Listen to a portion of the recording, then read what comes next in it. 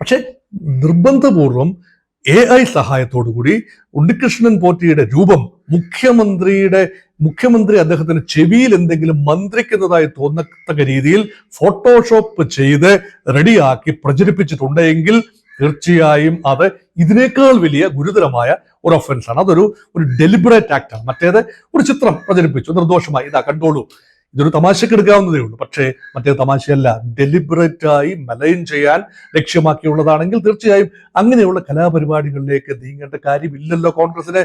അല്ലാതെ തന്നെ ആവശ്യത്തിലധികം ഇൻഫർമേഷൻ അല്ലെങ്കിൽ ഇത് തെളിയിക്കാൻ, ലിങ്കുകൾ തെളിയിക്കാൻ, ഭരണകക്ഷിയുമായി അല്ലെങ്കിൽ നേതാക്കളുമായി ലിങ്കുകൾ തെളിയിക്കാനുള്ള എത്രയോ അവസരങ്ങളുണ്ട്. അന്വേഷണത്തിലൂടെ ഇത് വരേണ്ടതാണ്. സ്പെഷ്യൽ ഇൻവെസ്റ്റിഗേഷൻ ടീമിന്റെ അന്വേഷണത്തിലൂടെ അത് പുറത്തു വരേണ്ടതാണ്. കോടതിയുടെ മേൽനോട്ടമുണ്ട്, ഹൈക്കോടതിയുടെ മേൽനോട്ടത്തിലാണ് നടക്കുന്നത്, സംസ്ഥാന ഗവൺമെന്റിന്റെ നിയന്ത്രണത്തിലല്ല എന്ന് ഓർക്കണം.